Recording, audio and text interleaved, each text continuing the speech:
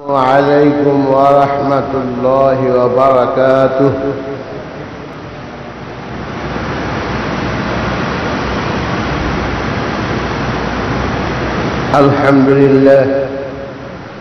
الحمد لله نحمده ونستعينه ونستغفره ونؤمن به ونتوكل عليه ونعوذ بالله من شرور أنفسنا. من يهده الله فلا مضل له ومن يضلله فلا هادي له، ونشهد أن لا إله إلا الله وحده لا شريك له، وأشهد أن محمدا عبده ورسوله.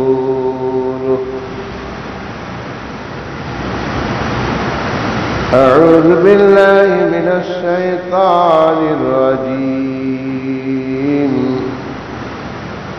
ما كان محمد أبا أحد من رجالكم ولكن رسول الله وخاتم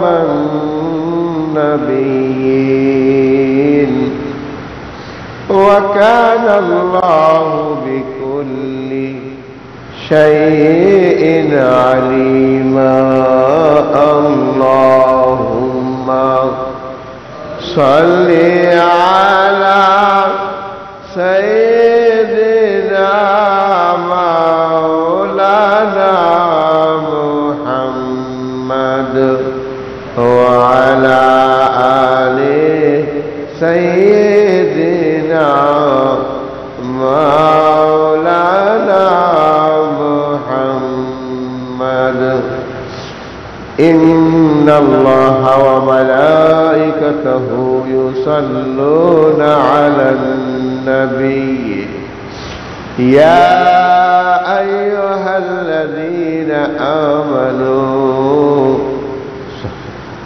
صلوا عليه وسلموا تسليما. اللهم صل على سيدنا مولانا محمد وعلى آل سيدنا مولانا محمد. سيد القولين ختم المرسلين آخر مدبود فخر الأولين.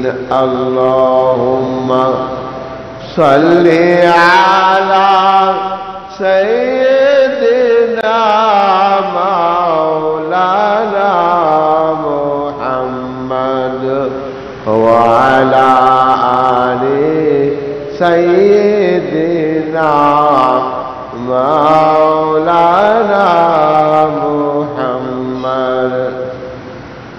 إن في هذا لبلاغا لقوم عابدين، وما أرسلناك إلا رحمة للعالمين. صلى الله على محمد صلى الله عليه وسلم. صلى الله على محمد صلى الله عليه وسلم. وهد بلا شيطان محبت درود کن، درود শুনে খুশি হবেন নবী দো জাহান সাল্লাল্লাহু আলা মুহাম্মদ সাল্লাল্লাহু আলাইহি ওয়াসাল্লাম সাল্লাল্লাহু sallallahu alayhi wa sallam balagha al-ula bi kamalihi kashafa ad-duja bi jamalihi wa hasanat jami'u khisalihi sallu alayhi wa alihi Qadir कुदरत दारी हर से खाही आकुनी मुर्दरा तू जाने बख्शी जिंदा बेजाकुनी बलवल्ला बिकमालिही कशफत दुजा बिजमालिही وحسنت جميع خصاله صلوا عليه وآله وبارك وسلم الحمد لله আজ জুমাতুল বিদা সপ্তাহের প্রধান দিন জুমার দিন রমজান শরীফের প্রধান জুমা জুমাতুল বেদা এরপরেও শবে কদর অতিবাহিত হওয়ার সমূহ সম্ভাবনা এই রমজানের শেষ 10 দিন সর্বোপরি আজকের জুমা অনেক অনেক অনেক বেশি ফজিলতপূর্ণ এই জুমায় আমরা কয়জন আযান হওয়ার সাথে সাথে এই মহান মর্যাদা সম্পন্ন জুমার নামাজ আদায় করার উদ্দেশ্যে মসজিদে এসেছি বসতে পেরেছি আল্লাহ আমাদের তৌফিক দান করেছেন এই জন্য সমস্যারে মনের গভীর থেকে প্রাণ খুলে মন ভরে বলি আলহামদুলিল্লাহ আলহামদুলিল্লাহ হামদান কাসীরা وسبحوه بكرة وأصيلا سبحان الله وبحمده سبحان الله العظيم سبحان الله والحمد لله ولا إله إلا الله আকবার শত কোটি লাখ কোটি দরুদ ও সালাম ওই নবীর প্রতি যিনি রহমতুল আলামিন শাফিউল মুজনাবিন আমার আপনার সবার প্রাণপ্রিয় নবী আল্লাহর পছন্দনীয় নবীদের শ্রেষ্ঠ নবী সৃষ্টিকুলের শিরোমণি নবী মুহাম্মদ রাসূলুল্লাহ সবাই বলি সাল্লাল্লাহু আলাইহি সাল্লামের প্রতি এবং তার আলো আসহাবের প্রতি শত কোটি দরুদ ও সালাম সবাই বলি সাল্লাল্লাহু আলাইহি ওয়া আলা আলিহি ওয়া বারাকা ওয়া সাল্লাম যে ব্যক্তি রাসূলের নাম শুনলেন দরুদ পড়লেন না আল্লাহর নবী নিজেই বলেছেন সে ধ্বংস হয়ে যাক সে ধ্বংস হয়ে যাক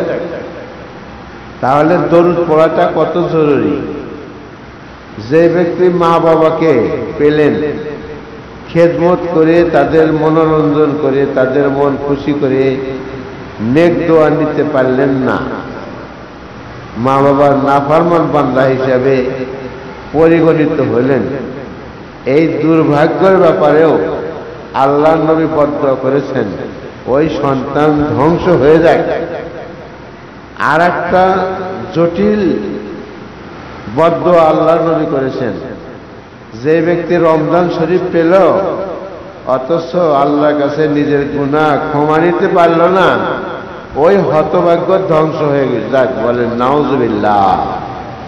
রমজান কিন্তু শেষ হতে চলেছে, কিন্তু আমরা কতটুকু তৎপর ছিলাম এটাই গুরুত্বপূর্ণ। অপরাধ কিন্তু আমরা কম বেশি সবাই করি, কিন্তু রমজানুল মোবারক নামে আল্লাহ যে একটা বিশেষ সুযোগ সৃষ্টি করে দিয়েছিলেন, যার মাধ্যমে আল্লাহ পাক বান্দার সমুদায় গুনাহ মাফ করবেন। এইমাত্র হাদিসে পড়লাম, যে ব্যক্তি রমজান শরীফের রোজা আল্লাহর খুশির জন্য ঠিকঠাক মতো আদায় করবে আর রাত্রি জাগরণ করবে, তারাবির নামাজ পড়বে, আল্লাহ পাক তাকে সমুদায় গুনাহ মাফ করে দিবেন। সুবহানাল্লাহ। এমনকি সদ্য ভূমিষ্ঠ শিশুর মতো নিষ্পাপ করে দিবেন। রমজান চলে গেল, সুযোগ পাইনি, তারপরেও সুযোগ শেষ হয়ে যায়নি। আল্লাহ পাক আমাদের সামনে একটা রাত্রি, মোবারক রাত্রি নির্ধারিত করে রেখেছেন, সেটা হলো শবে কদরের রাত্রি। যেই রাত্রি সম্পর্কে শুধু হাদিসে নয়, স্বয়ং কোরআনে কারিমে আল্লাহ পাক একটা সূরা নাযিল করেছেন। আপনারা জানেন সূরাটার নাম সূরাতুল কদর। কদর মানে ফজিলত, মর্যাদা সম্পন্ন। সব মানে রাত, মর্যাদা সম্পন্ন রাত। এই রাতের মর্যাদা কি? যদি কেউ এই রাত্রিতে ইবাদত বন্দেগী করে, তাহলে তার পিছনে গুনাহ যদি সমুদ্রের ফেনা সমপরিমাণ হয়, আসমান থেকে জমিন পর্যন্ত এই ফাঁকা জায়গা তার গুনাহ যদি ভরে দেওয়া থাকে, আল্লাহ পাক এই শবে কদরে ইবাদত করার উসিলায় তার জীবনের পিছনের যাবতীয় গুনাহ মাফ করে দিবেন। বলেন সুবহানাল্লাহ। একটা বিষয় জানা খুব আবশ্যক, গুরুত্বপূর্ণ।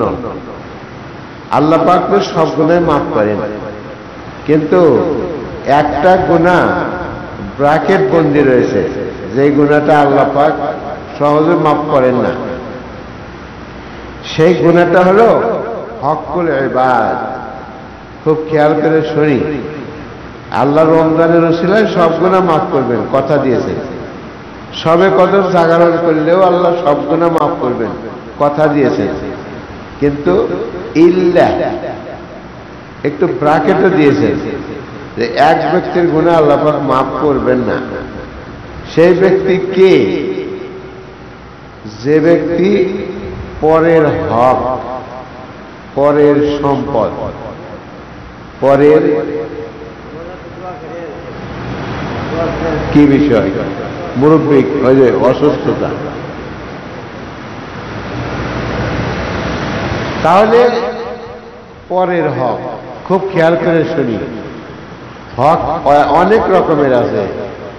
অর্থ সম্পদ, অন্যের অর্থ সম্পদ আমার কাছে আমানত। অনেকের অন্যের ইজ্জত সম্মান, ইজ্জত আবরু আমার কাছে আমানত। অতএব শুধু টাকা নিলাম দিলাম না, কিংবা নানান কৌশল বা নানান ধোঁকাবাজি করে কাউকে ঠকায়া তার অর্থ সম্পদ আত্মসাৎ করলাম, এটাই শুধু পরের হক নষ্ট না। আমাদের মধ্যে একটা বড় ধরনের রোগ একদম মাছ ভাতের মতো প্রচলিত হয়ে গেছে, সেটা হলো গীবত, সমালোচনা। হাদিস শরীফে আছে, কারো গীবত করলে নিজের সহোদরা ভাইয়ের গোশত খাওয়ার মতো জঘন্য অপরাধ হয়। এই গীবত কিন্তু আমরা ঘিবাত বানায় ফেলছি, খুব আকর্ষণীয়, মজা, আনন্দের বানায় ফেলছি। 2-3 জন একত্র হলেই আমরা অন্যের গীবতে মত্ত হয়ে যাই, বলতেও মজা পাই, শুনতেও মজা পাই। অথচ হাদিসে আছে, অন্য ভাইয়ের ইজ্জত আবরু আমাদের জন্য আমানত। এই আমানত আমাদের রক্ষা করতে হবে। কেউ কোনো অপরাধ করেছে, সেইটা তার আড়ালে বলা গীবত। আর কেউ যদি কোনো অপরাধ না করে থাকে, তাহলে সেটা বলার তহমত। গীবতের চেয়ে তহমতের গুনাহ আরো বেশি। আর গীবত এমন একটা গুনাহ, যে গুনার পিছনে কোনো শাস্তি নাই, প্রতিবাদ নেই। যার গীবত করা হলো সে জানলো না, শুনলো না, শুধু তার সম্মান হানি করা হলো মানুষের কাছে। সে বিচার চাইবে না, সে প্রতিশোধ নেবে না, যার কারণে তার পক্ষ থেকে চাপ হবে না। আর চাপ না হওয়ার কারণে এই গুনাহটার কথা আমার স্মরণও থাকবে না, আমি তার কাছে ক্ষমা চাইব না। আর এই আমানতের খেয়ানতের গুনাহ মাফ হওয়ার সম্ভাবনা একেবারে ক্ষীণ হয়ে গেল। টাকা পয়সা নিয়ে আত্মসাৎ করলে তাও একসময় অনুশোচনা আসতে পারে, অমুককে ফাঁকি দিয়ে 10টা টাকা মেরে গেছি, মরা তো লাগবে, যাই তার কাছ থেকে মাফ নিয়ে নিই। কিন্তু গীবতের ব্যাপারে আমরা কিন্তু এতটা ভীত সন্তুষ্ট হই না। গীবত করি আর ভুলে যাই, তার কাছ থেকে মাফ নেওয়ার কথা মনেও থাকে না। এই জন্য অপরের কাছ থেকে টাকা পয়সা আত্মসাৎ করা বা অপরের মান সম্মান হানি করার জন্য সমালোচনা করা, এটা হকুল ইবাদ নষ্ট করা। এইটা যদি কেউ করে, এই শবে কদর, এই রমজানুল মুবারক, এই সমস্ত দামি দামি সময়গুলোতে আল্লাহ পাক বান্দাকে পাইকারি হারে মাফ করেন। কিন্তু এতটা সত্ত্বেও এই ধরনের অপরাধীরা মাফ পাবে না। কত বড় ভয়ঙ্কর কথা! এই জন্য চলার পথে আমাদের খুব সতর্ক থাকতে হবে। কারো অর্থ যেন আমরা আত্মসাৎ না করি, কারো সম্মানেরও যেন হানি না ঘটাই, এই ব্যাপারটা খুব খেয়াল রাখতে হবে। আমার এক মুসল্লি আবেদন করছে, হুজুর রমজান মাস চলে যাচ্ছে, আল্লাহ তো গুনাহ মাফ করে দিবে, কিন্তু অনেকে আছে টাকা কর্জ নিয়ে দেয় না, নানা কৌশলে টাকা পয়সা আত্মসাৎ করতে চায়, দোকানে বাকি নিয়ে খায়, টাকা দেয় না, মেরে খায়। এ বিষয়ে কিছু বলেন। এ ভাই, কিছু কিছু বক্তব্য আছে যা ইমাম সাহেবের বলা লাগে না, সব মুসল্লি সে বক্তব্য জানে। তার মধ্যে এই কমন বক্তব্য, সুদ হারাম, ঘুষ হারাম, কারো অর্থ আত্মসাৎ করা হারাম, ওয়ারিসের সম্পত্তি ওয়ারিসকে না দিয়ে আত্মসাৎ করা হারাম, কারো মাথায় বাড়ি দেওয়া হারাম। হ্যাঁ, এইগুলো কিন্তু কমন বক্তব্য, সবাই জানে। যিনি প্রশ্ন করলেন উনিও জানেন, যিনি টাকা নিয়ে আত্মসাৎ করেছে, ফেরত দেয়নি, ওই লোকও জানে যে এটা একটা অপরাধ। আল্লাহ পাক মানুষকে একটা দামি সম্পদ দান করেছেন। সকল মানুষ এই দামি সম্পদ আল্লাহর কাছ থেকে পেয়েছে, আর সেটা হলো বিবেক, মানুষের ব্রেন। আর এই ব্রেন এমনই জিনিস, মাসালা আপনাকে জিজ্ঞাসা করতে হবে না, আপনি আপনার ব্রেনকে জিজ্ঞাসা করবেন, সেই ফতোয়া দিয়ে দিবে যে এই কাজটা ঠিক নয়। দেখবেন হারাম কাজগুলো একেবারে প্রসিদ্ধ, প্রমাণিত, প্রকাশিত, সবার কাছে একদম একদম সবার কাছে উন্মুক্ত। আপনার আমার বিবেককে জিজ্ঞাসা করলেই বিবেক বলে দিবে যে এই কাজ কখনো বৈধ হইতে পারে না। জিনা, ব্যভিচার, ফাঁকিবাজি, ধোঁকাবাজি, ভেজালবাজি, অন্যের ইজ্জত আবরু নিয়ে ছিনিমিনি খেলা, সমালোচনা করা, কারো অর্থ আত্মসাৎ করা। দুনিয়াতে যত অপরাধমূলক কাজ আছে, এইগুলো অপরাধ যে এটা বোঝার জন্য হুজুরকে প্রশ্ন করতে হয় না। নিজের বিবেক নামক একটা মূর্তি আমার মাথার মধ্যেই, ব্রেনের মধ্যেই অবস্থান করতেছে, তাকে জিজ্ঞাসা করলেই পরিষ্কার উত্তর পাওয়া যাবে যে এটা ঠিক নয়। এখন কেউ যদি নিজের বিবেক দ্বারা বোঝে যে এই কাজটা ঠিক নয়, তারপরে যদি সেই পাপের কাজটা করে, একে বলা হয় জ্ঞান পাপী। জানা সত্ত্বেও সে অপরাধ করল। এইখানে একটা জটিলতা রয়েছে।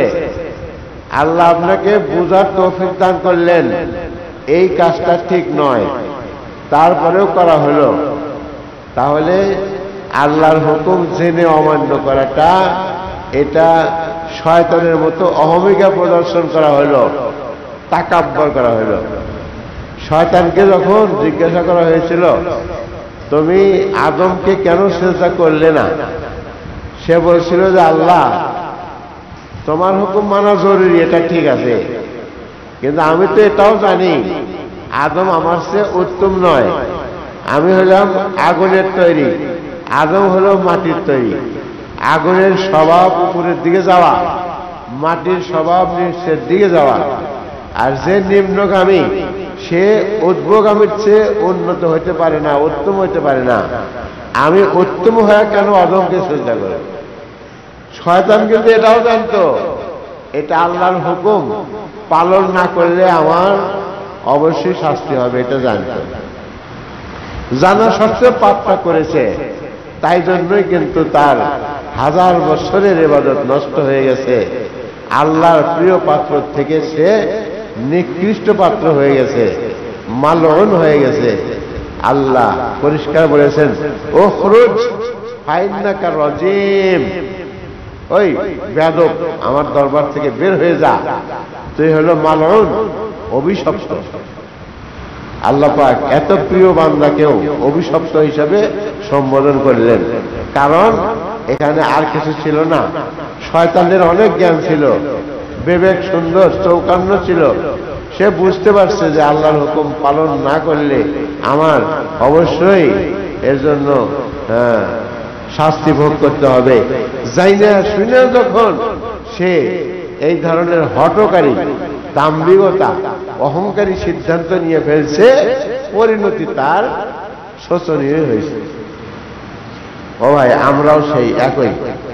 আল্লাহর হুকুম যার উপরে আরোপিত হবে, সে যদি দুই সুরত, একটা হলো অলসতা বশত, অজ্ঞতা বশত, অথবা কোনো সমস্যায় অপারগতায় যদি কাজটা না করা হয়, তাহলে আল্লাহ অতটা অসন্তুষ্ট হন না। কিন্তু যার কেন ওজর নাই, রমজানুল মুবারক এসেছে, আল্লাহর হুকুম কুতিবা আলাইকুমুস সিয়াম কামা কুতিবা আলাল্লাযীনা মিন ক্বাবল। আল্লাহ উদাহরণ দিয়ে বলছেন শুধু তোমাদেরকে না, পূর্ববর্তী উম্মতকেও রোজার নির্দেশ দেওয়া হয়েছিল, তারা পালন করেছে, তোমরাও করবে। তাহলে এখানে আল্লাহর সরাসরি হুকুম, কারো কোনো ওজর নাই, অসুখ নাই, বিসুখ নাই, অর্থের অভাব নাই, খাওয়া দাওয়ার সমস্যা নাই, কোনো কিছুর সমস্যা নাই, অথচ সে রোজা রাখে না। আল্লাহ নবী এরকম বেরোজগারের ক্ষেত্রে বদদোয়া করেছেন যে সে ধ্বংস হয়ে যায়। এই জন্য জেনে পাপ করা আর না জেনে পাপ করা এক নয়। তো আমরা প্রত্যেকেই জানি সুদ খাওয়া হারাম, ঘুষ খাওয়া হারাম, অপরকে অন্যায়ভাবে সমালোচনা করা হারাম, অপরকে ফাঁকি দেওয়া, ধোঁকাবাজি করা, কারো অর্থ আত্মসাৎ করা, গ্রাস করা, এগুলো হারাম। জানা সত্ত্বেও যারা করব, তাদের জন্য দুষ্খবর হলো আল্লাহর নবী পরিষ্কার বলেছেন, এই রমজান আসলো, নিজের কৃত অপরাধ থেকে মাপ নিতে পারল না, গুনাহগারী রয়ে গেল, ওই লোক ধ্বংস হয়ে যায়। বলেন নাউযুবিল্লাহি মিন যালিক। এই জন্য আমরা সতর্ক হয়ে চলব। যাই হোক, আজকে হলো জুমাতুল বেদা। বেদা শব্দ হলো বিদায়ী, বিদায়ী জুমা। এই জুমাকে বিদায়ী জুমা এই জন্য বলা হয়, রমজানুল মুবারকের মতো একটা পবিত্র মাস, মর্যাদা সম্পন্ন মাস, যার প্রতিটা দিনই মর্যাদা সম্পন্ন, তার ভিতরে স্পেশাল দিন হলো জুমার দিন। তো এই স্পেশাল দিনটা আজকে শেষ হয়ে যাচ্ছে। আগামী জুম্মা আবার রোজা যদি 30 হয় তাহলে ঈদ হবে, তাহলে আর জুমাতুল বেদা হবে না, ঈদের দিন হবে। আর যদি 29 হয় তাহলে তো বৃহস্পতিবারে ঈদ হয়ে যাবে, তাহলে তো জুমা আর পাবই না। এই কারণে সর্বসম্মতিক্রমে হিসাব অনুযায়ী আজকের দিনটাই হলো রমজান মাসের শেষ জুমা। এই জুমার যদি আমরা ফজিলত বুঝি তাহলে এর গুরুত্ব আমরা না দিয়েই ছাড়ব না। প্রথমত রোজার মাস ফজিলতের মাস, তারপরে জুমার দিন বিশেষ ফজিলতের দিন, সেই জুমা আবার আজকে শেষ জুমা। আবার এই জুমাটা পড়ছে সবে কদরের অতিবাহিত হওয়ার সময়গুলোতে। আল্লাহর নবী রমজানের শেষ 10 দিন ইতিকাফ করার মাধ্যমে অথবা দিনে রোজা রেখে রাত্রিতে যথারীতি তারাবি, এমনকি সান্নামাজ জামাত, ফজরের জন্য জামাত হয়, অন্তত এইটুকুর মাধ্যমে সবে কদর অনুসন্ধানের কথা বলেছেন। তো দেখা যাচ্ছে যে এই জুমার দিনটা কয়েক দিক দিয়ে মর্যাদায় একদম সর্বোচ্চ শিখরে। আর এই দিনটায় আমরা যেন এই ফজিলতের বিষয়টা না ভুলি। এমনিতেই ফজরের নামাজের ফজিলত বেশি, আবার জুমার নামাজের ফজর অত্যন্ত বেশি ফজিলতপূর্ণ। তো এই জন্য ওজোর ছাড়া বিনা কারণে আমরা এন ফজিলতপূর্ণ ইবাদতগুলো যেন না ছাড়ি, আমাদের থেকে মিস না হয়, এই বিষয়টা আমাদের অবশ্যই খেয়াল রাখতে হবে। তো জুমাতুল বেদা, এখানে কাজ কি? কাজ কিছুই না, যথারীতি আল্লাহর হুকুমগুলো প্রতিপালন করা। আর ঈদের রাত্রিতে বিশেষ ফজিলত রয়েছে।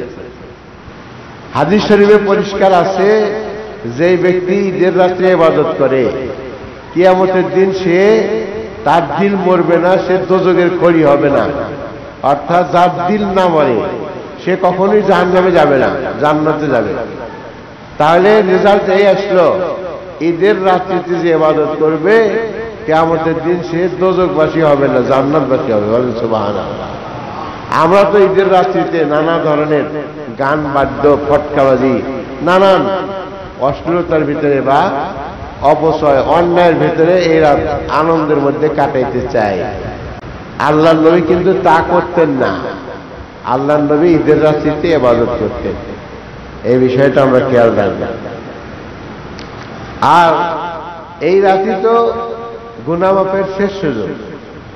রোজা চলে গেল, আমি মাপ পাইছি কিনা জানি না, অন্তত ঈদের রাত যদি আল্লাহকে ডেকে অনুনয় বিনয় করে ক্ষমা চাওয়া যায়, আল্লাহ তো রহমানুর রহিম, গাফুরুর রহিম, এই রাত্রেও শেষ অবধি আল্লাহ পাক ক্ষমা করে দিতে পারেন। এই জন্য এই সুবর্ণ সুযোগ আমরা না হারাই। এই যে শেষ 10 দিন ইতিকাফ করার কথা বলা হয়েছে, ইতিকাফটা এতই মোবারক একটা ইবাদত। হাদিস শরীফে আছে, কিছুক্ষণ আগে হাদিসটা আমি পড়লাম, কোন মুতাকিফ অর্থাৎ ইতিকাফকারী ইতিকাফে বসার কারণে যদি কোনো নেক আমলে শরীক হইতে না পারে, যেমন একটা মানুষ মারা গেছে, তার জানাজায় দাফন কার্যে শরীক হইতে পারছে না, অথবা দুনিয়ায় অনেক কাজ আছে যেটা মসজিদের বাইরে করতে হয়, ভিতরে করা যায় না, কিন্তু এই বেচারা ইতিকাফে বসছে, তাই জন্য সে ওই নেক আমলে শরীক হইতে পারল না। আল্লাহ রাসূল বলছেন সে মসজিদে আল্লাহর জিকির করতেছে, ইবাদতরত আছে, এই সুবাদে আল্লাহ পাক বাইরে গিয়া যারা ওই নেক আমলটা করিয়া যত সওয়াব পাইল, সমপরিমাণ সওয়াব ইতিকাফকারী মসজিদে বসে থাকার কারণেও, বসে থাকা সত্ত্বেও আল্লাহ পাক তার আমলনামায় দিয়ে দিবেন। বলেন সুবহানাল্লাহ। আর সবে কদর পাওয়ার জন্য কয়েকটা রাস্তা আল্লাহ নবী দেখাই দিয়েছে। তার ভিতরে 1 নম্বর রাস্তা হলো ইতিকাফ। যারা ইতিকাফে বসবে তারা যদি ঘুমন্ত অবস্থায় থাকে, মসজিদে দোয়া পড়ে ডাইন কাতে যথারীতি ঘুমের আদব রক্ষা করে ঘুমায় গেছে, ঘুমও তার ইবাদত। আর সবে কদর এই সময় অতিবাহিত হয়ে গেল, বলে সে সবে কদর পাইল। সবে কদর পাইলে লাভ কি? তার পিছনের যত গুনাহ থাকে, যত বেশি গুনাহ থাকে, আল্লাহ পাক তার পিছনের সব গুনাহ মাফ করে দিবেন। সুবহানাল্লাহ। তাকে আল্লাহ পাক নিষ্পাপ করে দিবেন। আর ইতিকাফকারী সবে কদর পাওয়াটা খুবই সম্ভব, 99% সম্ভব, হয়তো 1% অসম্ভব হতে পারে। কারণ সবে কদর অতিবাহিত হয়ে গেছে, ওই সময় তিনি বাইরে ল্যাট্রিনে পেশাব পায়খানায় বেকার সময় নষ্ট করতেছে, কারোর সাথে হয়তো গল্পই করতেছে। কারণ ইতিকাফে বসে বাইরে কারোর সাথে কথা বলা ঠিক না, তাহলে ইতিকাফ নষ্ট হওয়ার সম্ভাবনা আছে। তো যদি কোনো মানে ইতিকাফ পরিপন্থী কোনো কাজের মধ্যে সে রত থাকে, এই অবস্থায় সবে কদর অতিবাহিত হয়ে গেল, সেক্ষেত্রে সে বঞ্চিত হইতে পারে, সম্ভাবনা আছে। কিন্তু 99% যারা ইতিকাফকারী তারা কিন্তু আল্লাহর করম রহম দয়া, আল্লাহর রেজামন্দির জন্যই তারা মসজিদে সব প্রয়োজনকে উপেক্ষা করে এসে থাকে। কাজেই 99% সম্ভাবনা আছে তারা সবে কদর প্রাপ্ত হবে এবং তাদের সমুদায় গুনাহ মাফ হয়ে যাবে ইনশাআল্লাহ। এখন এই ইতিকাফ এমন ফজিলতপূর্ণ, বলে একদিন ইতিকাফ করলে 10,000 বৎসর দূরত্ব পথ জাহান্নাম দূরে সরে যাবে। 10,000 বৎসর দূরত্ব পথ ইতিকাফকারী বান্দার থেকে দূরে সরে যাবে। তাহলে 10 দিন ইতিকাফ করলে এমনিতেই তো জাহান্নাম অনেক দূরে সরে যাবে।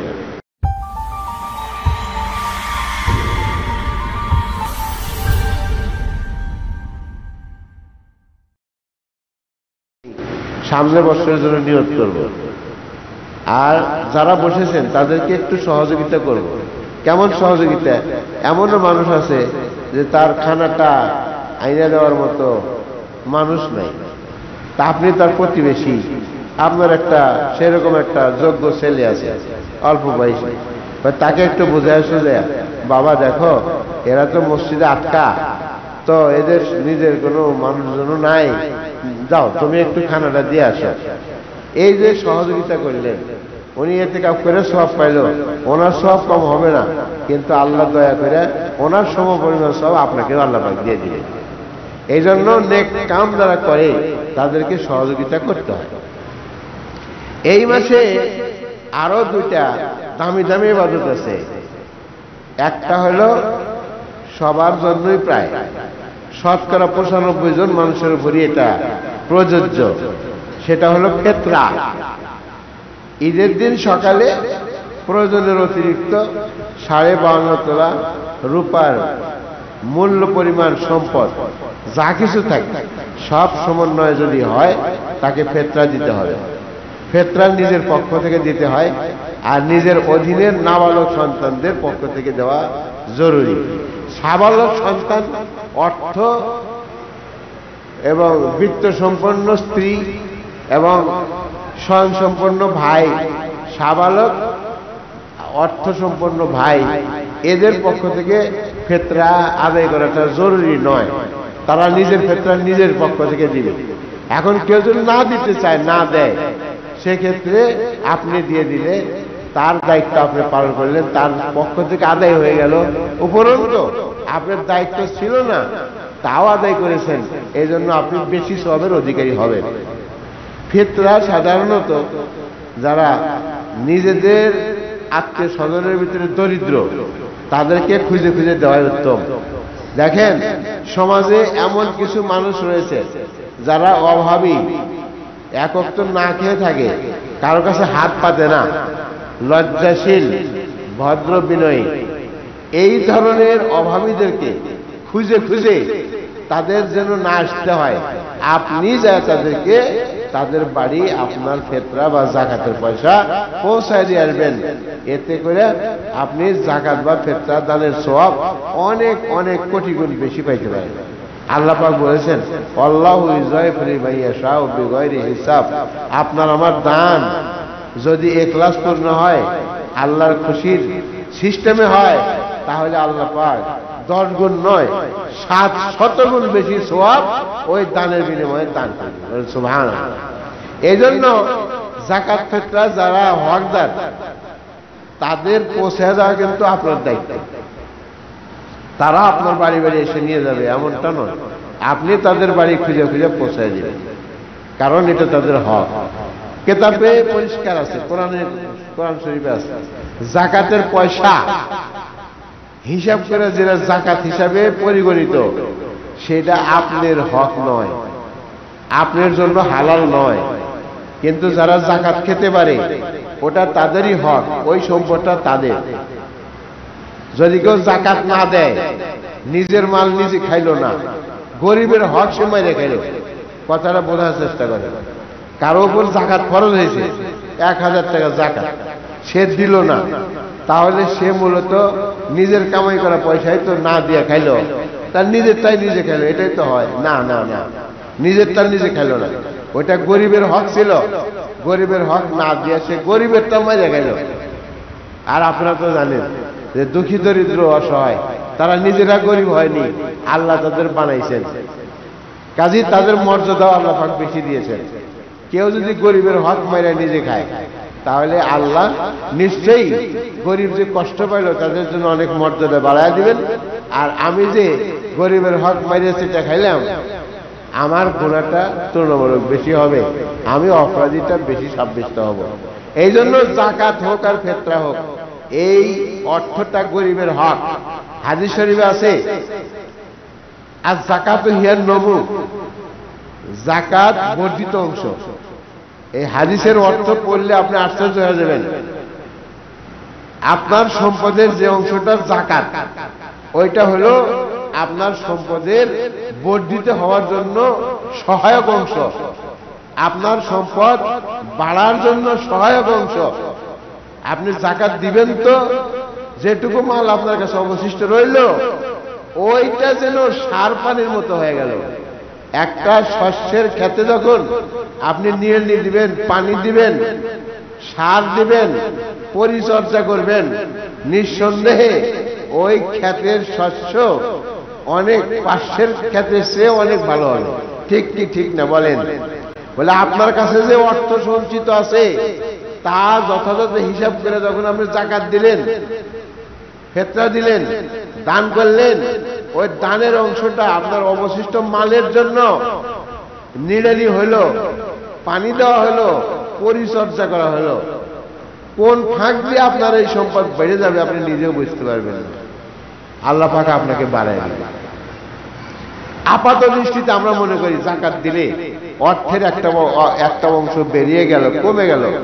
না, আল্লাহ রসুল তা বলেননি। আল্লাহ রসুল বলছেন, যে ব্যক্তি যাকাত দিল তার অবশিষ্ট মাল হেফাজতের দায়িত্ব আল্লাহ নিয়ে নিল। বলেন সুবহানাল্লাহ।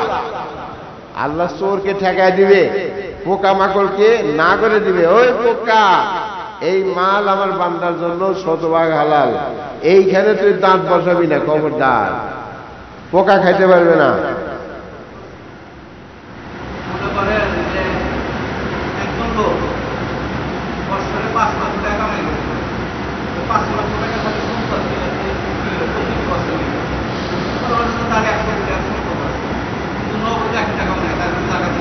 আচ্ছা, এই ব্যাখ্যাটা সুন্দর একটা প্রশ্ন করছেন।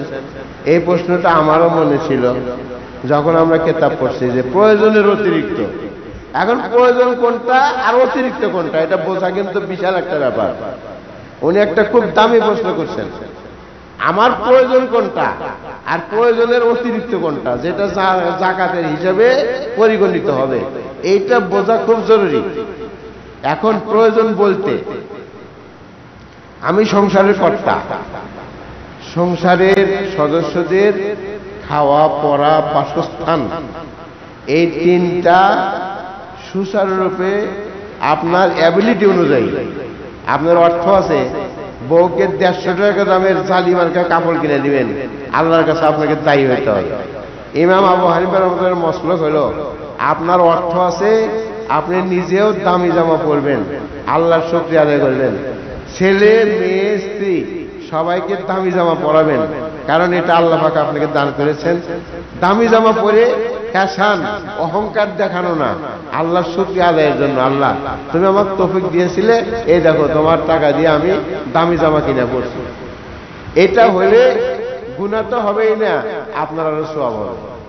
তাইলে এখন হিসাব ধরে নেন, আপনার ফ্যামিলিতে যে কয়টা সদস্য আছে তাদের খাওয়া পড়া বাসস্থানের জন্য যেই সম্পদ দরকার এইটা আহরণ করতে গিয়া আপনি যে পথ অবলম্বন করছেন, এখন কিন্তু সম্পদও মানুষ ব্যবসার উদ্দেশ্যে কেনে, বাড়ি করে ব্যবসার উদ্দেশ্যে, ঠিক না, ভাড়া দেয়, পয়সা পায়। ওই যে আমার বাড়ির পাশে একজন, একটাই বেটা অ্যাক্সিডেন্ট হয়ে পা কাটা গেছে, এখন তার একটা ভালো ব্যবসা আছে, ব্যবসা সবসময় চলবে কি চলবে না, আরে পা কাটা ছেলে ভবিষ্যতে ব্যবসা ধরে রাখতে পারবে কি পারবে না, সে আমার বাসার পাশেই 5 তলা বিল্ডিং করে ফেলছে, খুব সুন্দর করে 2 ইউনিটের 5 তলা বিল্ডিং, তার 10টা ইউনিট হলো, তার যদি ফাইলিয়া দিয়াও ভাড়া দেয় তাও 5,000 টাকা পার মানে ইউনিট হবে, তাহলে ধরেন 5-10 50,000 টাকা। তো 50,000 টাকা যদি ওনার ছেলে বসে থেকে পায়, তাহলে কি চাকরি বাকরি ব্যবসা বাণিজ্য দরকার আছে? কি সুন্দর একটা ব্যবস্থা করছে। এখন বিষয় হলো, এখন এই বিল্ডিংটা জাকাতের মধ্যে আসবে কি আসবে না? নিঃসন্দেহে জাকাতের মধ্যে আসবে, কারণ তৈরি তো করা হয়েছে এখান থেকে উপার্জনের উদ্দেশ্যে, ঠিক কিনা? একজন টাকা পয়সা বিদেশে গেছিল, অনেক টাকা পাইছে, অনেক জায়গায় জায়গা কিনে রাখছে। এখন বিষয় হলো, হিসাব হলো আপনার বাসস্থানের জন্য কতটুকু জায়গা দরকার, সেইটুকুর জাকাত তো আল্লাহ চায়নি। কিন্তু জায়গা এমনই একটা জিনিস, আজকে কিনে থিবেন 10 বছর পরে 10 গুণ দাম বেড়ে যায়, ঠিক কিনা বলে? তাহলে এটা ব্যবসার মতোই, টাকাটা বাড়লো কিনা। এই জন্য আল্লাহর খাঁটি বান্দা হিসাবে নিজেকে প্রতিষ্ঠিত করতে চাইলে 7 পাস করার কোনো সুযোগ নাই। আমার এক মুসল্লি ছিল, হাজী সাহেব, মুক্তিযোদ্ধাও বটে, তো উনি করতো কি, অনেক টাকা পয়সার মালিক, সারা বছর না গেলে তো জাকাত ফরজ হয় না, তো বছরের শেষে ওনার সমুদায় সম্পদ স্ত্রীকে দান করে দিত, বুঝলেন তো? তাহলে উনি ফাঁকা, জাকাত ফরজ হলো না। আবার পরের বছরে ওনার স্ত্রী ওনার যাবতীয় সম্পদ স্বামীকে দান করে দিত, তাহলে ওনার স্ত্রী ফাঁকা, জাকাত ফরজ হয়ে গেল না। তাহলে এই যে কৌশল, এটা কি আল্লাহ বোঝে না? গরিব মানুষকে ফাঁকি দেওয়ার জন্য স্বামী স্ত্রীকে, স্ত্রী স্বামীকে দান করে আগলা হয়ে যায়, আমার তো টাকা নেই, আমি জাকাত দেবো। তো এই যে ফাঁকিবাজি, এটা কিন্তু আল্লাহ ধরতে পারে। এখন আমার অনেক টাকা আছে, আমার বাসস্থান নির্মাণের জন্য 20 শতক জায়গা দরকার আছে, আরো 100 শতক জায়গা আমার বিভিন্ন জায়গায় পড়ে আছে, সেই জায়গাগুলো ফালায় রাখছি বটে, কিন্তু প্রতি বছর তার দাম বাড়তেছে, আপনার সম্পদ বাড়তেছে।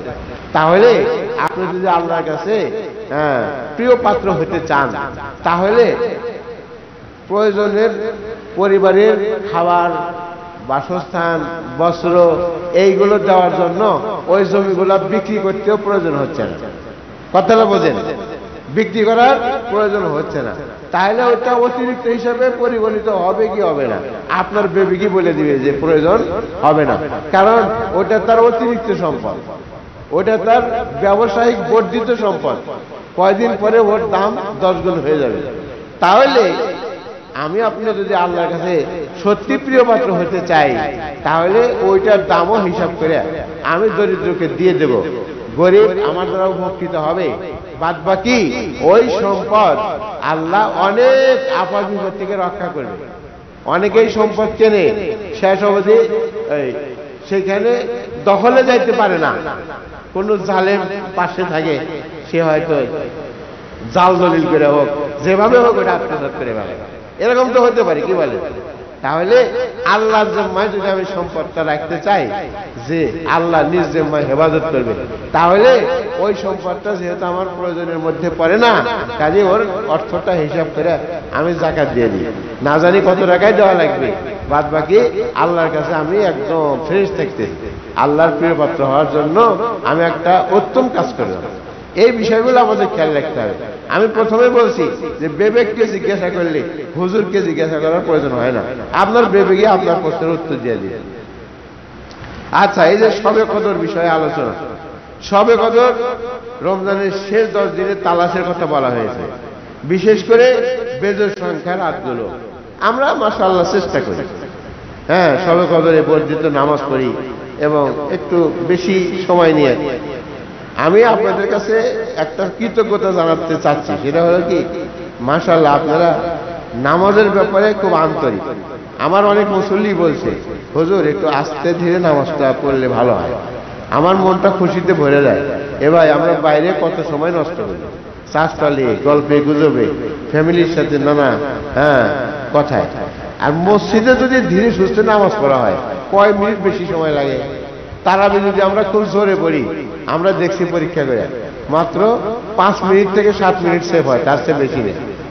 হয়তো 30 মিনিট লাগে 20 রাকাত নামাজে, আর যদি ধীরে সুস্থে পড়া হয় 35 মিনিট বা 37 মিনিট, 5-7 মিনিট বেশি লাগে। এতে কি হয়, রুকু সেজদা সবকিছু একটু সুন্দর ভালো হয়। তো আপনাদের কাছে আমার কৃতজ্ঞতা এটাই, আমি এখন বয়স হয়ে গেছে, আমিও চাই যে একটু ধীরে সুস্থে নামাজটা হোক। এই ব্যাপারে আপনারা আমাকে সহায়তা করেন, আলহামদুলিল্লাহ। আরেকটা জিনিস যে এইখানে ইফতারির সিস্টেম নাই, ঠিক আছে, তারপরেও এই যে রোজা শুরু হওয়ার থেকে নিয়ে আজ অবধি ইনশাল্লাহ প্রতিটা দিন পরিতৃপ্ত ইফতারি, পরিতৃপ্ত, এমনকি একটু খাওয়াটা বেশি হয়ে যায়। এই রমজানের শেষে এসে কম খায় কেউ মরে না, না খায় কেউ মরে না, বেশি খেলে কিন্তু অসুখ বিসুখ হয়।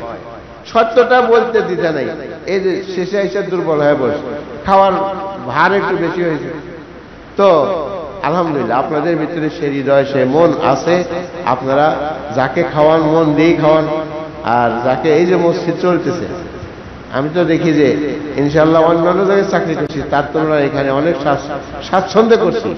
কারণ টাকা নিয়ে সবসময় আপনাদের কাছে খাই করার প্রয়োজন হয় না।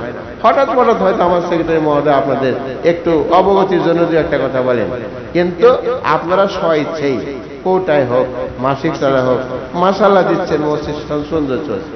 তা আলহামদুলিল্লাহ আমি দোয়া করি আল্লাহ পাক দিনের জন্য, মসজিদের জন্য, নামাজের জন্য আপনারা যে ত্যাগ বা সময় ব্যয় করার জন্য আপন ইচ্ছাতে প্রস্তুত, আল্লাহ পাক যেন আপনাদের এই ত্যাগকে কবুল করে নেন।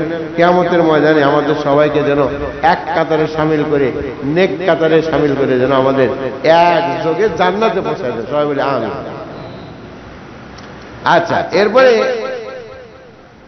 একটা কথা আছে, ঈদের দিন এ কথা বলে শেষ দেব, সময় শেষ।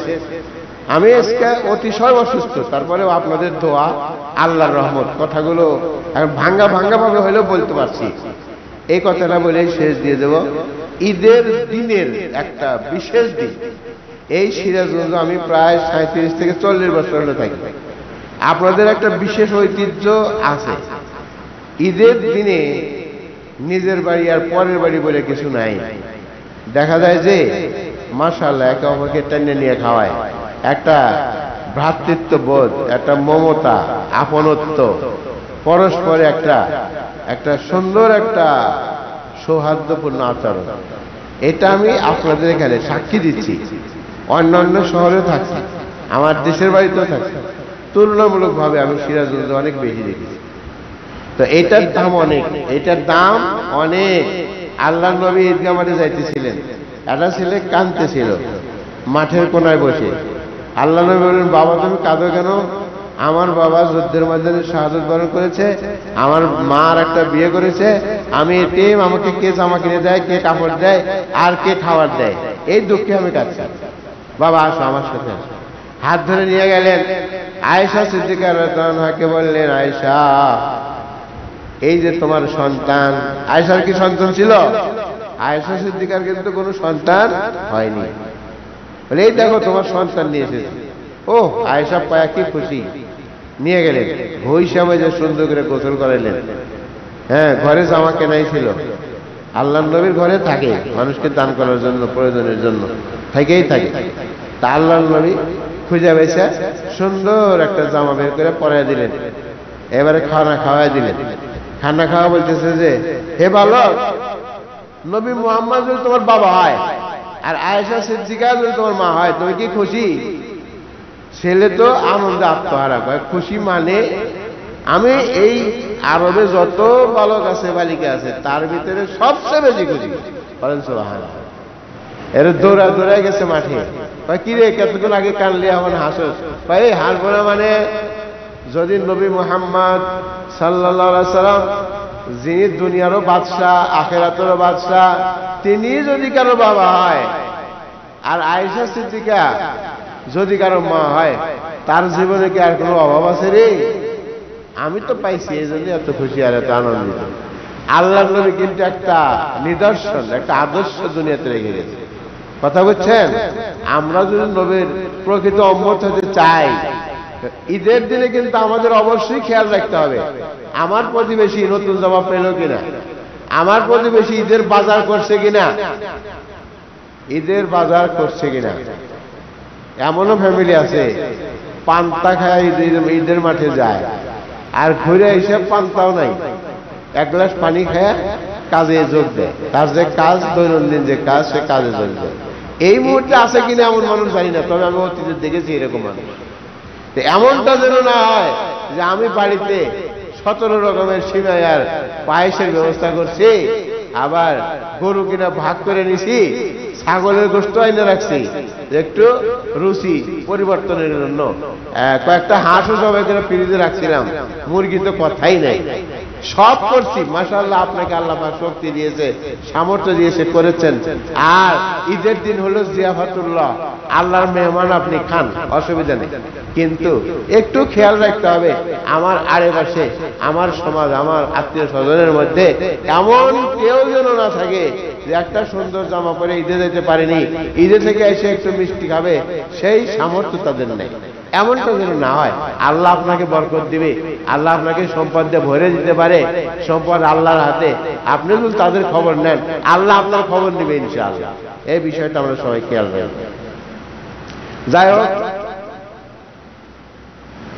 একে অপরের জন্য দোয়া করি। সিজনটা ভালো যাচ্ছে না, খুব কড়া দিন।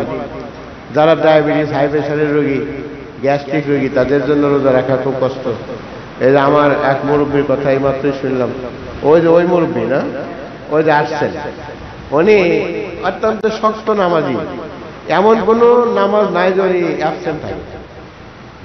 আল্লাহর এক বান্দা বান্দা কোরআন শরীফ খতম দিয়েছে, আচ্ছা, মুক্তাদি অসুস্থ, তাদের জন্য কাজ করা ফাঁকে আছে। ঠিক আছে। আল্লাহ, আলহামদুলিল্লাহ, আমার বেশ কয়েকটা মুসল্লি অসুস্থ। সত্য বলতে কি আমি অসুস্থ, 2 দিন হলো পরিস্থিতি এমন, আল্লাহর রহমত না থাকলে হয়তো নামাজ পড়তে, আজকে সকালে তো আসতে পারিনি, 3 বার অ্যাটেন্ড দিয়েছি আসার জন্য, ওযু করছি, রেডি হয়েছি, কিন্তু বাসার বের হইতে পারি নাই, মাথা পাক করে, শরীর অতিশয় দুর্বল। এটা আমাদের হাতে নাই। কালকে ডাক্তার আব্দুল মান্নান সাহেবের কাছে গেছি, উনি সব শুনে প্রেসক্রিপশন করে দিয়েছে, ওষুধও নিয়ে আসছি, রাত্রে খাইছি। আমার দিক থেকে আমি চেষ্টা কম করিনি। হ্যাঁ, এটা আমার মনে আছে যে আমার একটা গুরু দায়িত্ব আছে, সেটা আমার অবশ্যই সুচারুরূপে পালন করতে হবে। আল্লাহর কাছে কইছি, আল্লাহ আমার সুস্থতার জন্য না, তোমার ঘরের খেদমত করার জন্য তুমি আমাকে সুস্থ করো, আমার স্বার্থে না, তোমার ঘরের খেদমতের জন্য। যাই হোক, আল্লাহ মনে হয় আপনাদের দোয়া বা আমার আহাজারি বা রোনাজারি শুনছে, নাহলে আজকে যে আপনাদের সামনে বসে কথা বলবো, নামাজ পড়বো, এই বিশ্বাস ছিল না। যাই হোক, আমার ওই শ্রদ্ধ মুরব্বী উনি অসুস্থ, আরো কয়জন অসুস্থ আছে। আমার ভাই কালকে বলতেছে যে আমার মাটা, বাবাও রমজান শরীফে চলে গেছে। বাবা আর মা কত বড় যে মাথার ছায়া, যার আছে সে বুঝবে না, যার না আছে সে বুঝবে। ওনার মায়ের জন্য দোয়া করবেন, আল্লাহ পাক যেন সুস্থ করে দেন। আল্লাহর কাছে কইছি, আল্লাহ তুমি যদি হায়াত না রেখে দাও, তোমার পায়ে ধরে কই, এই রোজার মাসে রোজা অবস্থায় নামাজ পড়তে পড়তে তুমি নিয়ে যাও, ইমানের সাথে নিয়ে যাও, কোনো আপত্তি নাই, বেঁচেই রাখো, তাহলে একটু সুস্থ রাখো, তোমার নামটা যেন সুস্থভাবে নিতে পারি, নামাজ কালামগুলো যেন ঠিক মতো পড়তে পারি। কি বলেন, ঠিক না? হ্যাঁ, এইভাবে আপনারা একে অপরের জন্য দোয়া করেন, আপনাদের দোয়া আল্লাহ পাক কবুল করবে। আমি এই যে বগুড়াতে এক মসজিদে নামাজ পড়াইতাম, আমার মুসল্লির মধ্যে এমন এক আল্লাহর ওলি ছিল, নিশ্চয়ই ছিল, যেখান থেকে যে দোয়ার আবেদন আসতো, আমি তো গুনাহগার, বাঙ্গাসোরা ভাষা, দোয়া করতাম, আল্লাহর কি রহমত, কয়দিন পরই সুখবর চলে আসতো, হুজুর উনি সুস্থ হয়ে গেছে, হুজুর আমার এই সমস্যার সমাধান হয়ে গেছে। বিশ্বাস করেন, আল্লাহর হস্তে বলছি, মিথ্যা না। তো আপনাদের মধ্যে এমন আল্লাহর ওলি থাকতে পারে যে আমি বলবো আল্লাহ আমাদের এই বিপদ মুক্ত করেন, আর আপনি বলবেন আমিন, আপনার আমিন আল্লাহ পাক কবুল করেন। অতএব সমবেত দোয়া, সমবেত ইবাদত, এটা আল্লাহর কাছে বহুত বড় পছন্দনীয়। আপনারা ইনশাআল্লাহ একে অপরের জন্য দোয়া করেন। সবচেয়ে বড় দোয়া হবে আজকের জন্য এই জুমাতুল বেদাতে সবচেয়ে বড় দোয়া হবে, আল্লাহ তুমি আমাদের সবার গুনাহ মাফ করে দাও। কি বলেন, এর চেয়ে বড় দোয়া আছে? আপনার আমার শরীরে গুনাহ না থাকে তাহলে আমরা আল্লাহর জিম্মায় চলে গেলাম। আমাদের কোন সময় কোন প্রয়োজন আল্লাহ নিজ কুদরতি হাতে সেটার ব্যবস্থা করে দিবে। কি বলেন, প্রধানমন্ত্রী যদি কারো দায়িত্ব নেয়, এ বাবা তোর চিন্তা নাই, তোর খাওয়া পড়া বাসস্থান আমি ব্যবস্থা করব, বলেন সে কে চিন্তা করবে? তাহলে সবার প্রভু সৃষ্টিকর্তা স্বয়ং প্রধানমন্ত্রীরও প্রভু, তিনি যদি দায়িত্ব নেন আমাদের, আর কি কোনো অভাব থাকবে আমাদের? আমরা আজকে প্রাণ ভরে দোয়া করব, চোখের পানি ছেড়ে দোয়া করব, আল্লাহ পাক যেন আমাদের মাফ করে দেন। সবাই সুন্নত করি।